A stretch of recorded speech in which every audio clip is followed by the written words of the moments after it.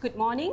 We have with us today Datin Elaine Daly from Miss Universe Malaysia. Thank you, Datin, for joining us. Thank you, Sumitra, for having me. Okay. So, Datin, how do you think as Miss Universe evolved since you won the crown back in 2003?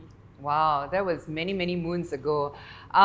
It's certainly evolved. I mean, now with the emergence of social media, of the internet, and and back in the day, we didn't have Instagram or anything to promote ourselves to that extent. So it's definitely evolved. The pageant itself has evolved already because.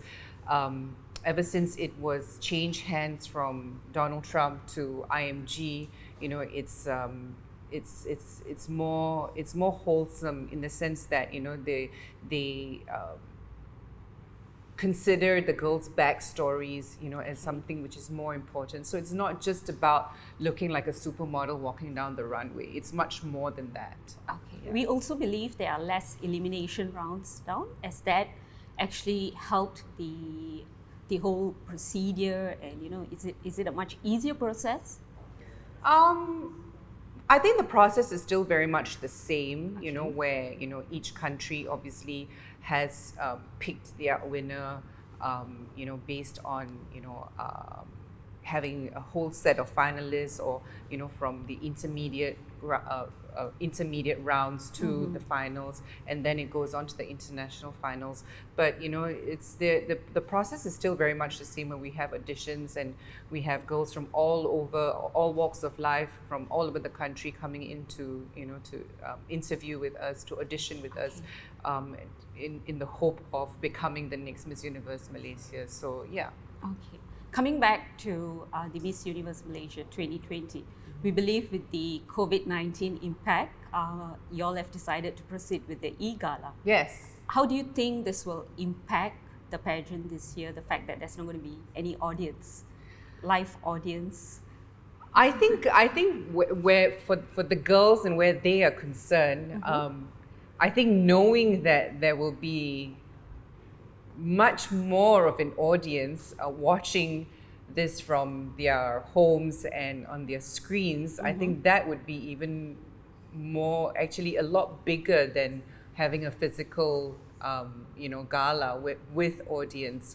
So I don't think it will affect it that much. I think in other words, I mean, it's going to be even bigger and better, in actual fact, because you're going to have a lot more people who are going to be able to be accessible to watch the gala from the comforts of their own home. Okay, so how can you elaborate a bit more, like how different it will be in terms of to actually tempt us to actually log in to watch the So gala? it's going to be a very exciting show. I mean, you don't have to dress up and to the nines to come to an actual gala to come and watch this. You can watch this from wherever you're at. And it's going to be very exciting because this is the first time we are introducing such a concept, and I think it's only just going to be this year. Next year we hope to go back to the physical gala itself. But I think what's going to be very exciting is that we're going to be having performances. We're going to be having the girls just perform in front of cameras and in front of judges. Okay. Those are the only people who will be present. And what's going to be even more great is that there will be voting. Okay. So the public can actually vote for best evening gown, best swimsuit, and eventually who becomes the winner of Miss Universe Malaysia 2020. I see. So there's voting. So for all the fans out there and the people out there, family members of the contestants and the general public, I think that will entice them to want to watch, because they would want their favorite to win. Okay. Yeah, and this is on the 5th of September. So the voting will only be open on the 5th of September itself, during the gala itself, during the Okay. e-gala itself. I Yes. see. Okay.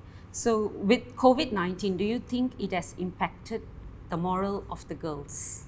In the pageant? I think COVID-19 has impacted the moral of everybody. I think all of us were affected some way or another. Whether it's our spirits, or whether it's our, the business side of anything. But for the girls, I think, we had to keep them going. We were constantly in touch with them. We made sure that, they were kept busy by having to post certain stuff on social media.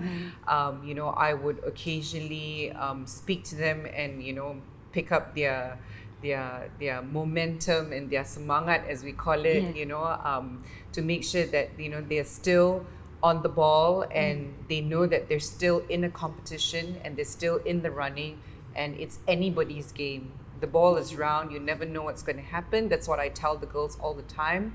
And, anybody can win this. It doesn't matter if you are a fan favorite, or, if you've got more presence on social media than compared to someone else. It really depends on how you perform on the gala itself, and during the prejudging, where the judges will actually meet the girls, and scorings, will actually go towards who will win the crown as well. Yes. In your words, what do you think is the biggest misconception of beauty queens? That it's all just about world peace. It's not just about world peace. It's so much more than that. Yes, world peace is predominantly very important, but every time you talk about beauty queens, that's the first thing that it pops up into someone's mind, that it's just the wave and yes, world peace. It's actually, it's very empowering. I find the pageant very empowering because it's so much more than just a competition. We improve the lives of these girls some way or another. We make a difference in their lives some way or another, and the girl who goes on to eventually win this, wins a scholarship. We've had our previous queens who have now come up with degrees, and the scholarships are given to them by Help University, and we change lives, and that's what we want to do. As cliche as it sounds, that's my own personal motto, to make a difference in people's lives, however big, however small.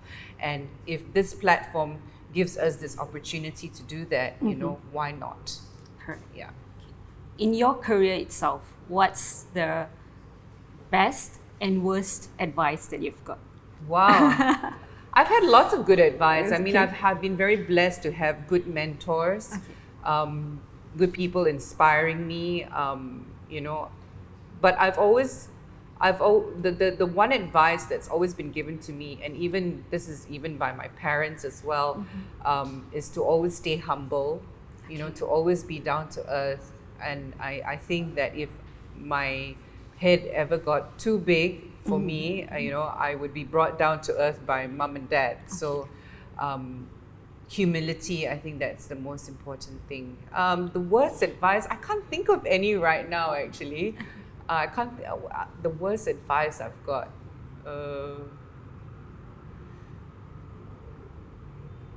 doesn't come to mind. Okay. So, success. What does success mean to you? Wow. Success to me has evolved over the years. When I just started modeling, success was making sure I was on every cover of a magazine. And then, when I started acting, it was to win a Best Actress award. And I think success to me is achieving what you want to achieve within that particular time frame or that particular goal. Success to me now, I find, I may not be a billionaire, but I have a great family. I have 2 little girls now. So would you actually encourage them to join the pageant? Well, it's completely up to them, but I better not be running it anymore. Okay. But yeah, it's completely up to them if they want to join the pageant or not. Yeah. And how about your husband? Does he actually support you? Do you think that he would actually encourage the daughters to? My husband is my biggest support. He's always been there to guide me and to lift me up every time if things are not going great. I don't know. I mean, I think we've got many more years to decide before our daughters are at the age of whether they can join the pageant or not. But it's really up to them. I think what we have to inculcate in them is that education first is most important, and then they can decide what they want to do. Yeah. So, what would be the advice that you want to give to the girls this year, the participants of Miss Universe Malaysia 2020? My advice to them is to be the best version of themselves, and it's not just to the girls, but to everyone else out there as well, to make sure that, you strive for excellence. There will be days where there will be, where you will feel like you're not good enough, but you should always know that you're good enough, and you should make sure that the best version of yourself, comes out, and you're lifted with that. Yeah. Okay. So my final question to Sure. you is, what is women empowerment to you? Wow, okay. Women empowerment is basically lifting each other up. We, as women, we put other women on pedestals. Yes. We make sure that they are highly spoken of, and that it's not about being a feminist, or it's not about the males being better than the females or anything like that. But it's more of a balance, and it's about lifting each other up and making sure that we are proud of our own gender, and that we carry it with great pride. Yeah. Thank you so much, Datin, Thank you. for joining Thank you for us. having me. Yeah. So we wish you all the very best. Thank you. And we are looking forward to the e-gala. Yes, please tune in. Don't forget, 5th of September at 5 p.m. Malaysian time. It's going to be very, very exciting. Thank you. Thank you.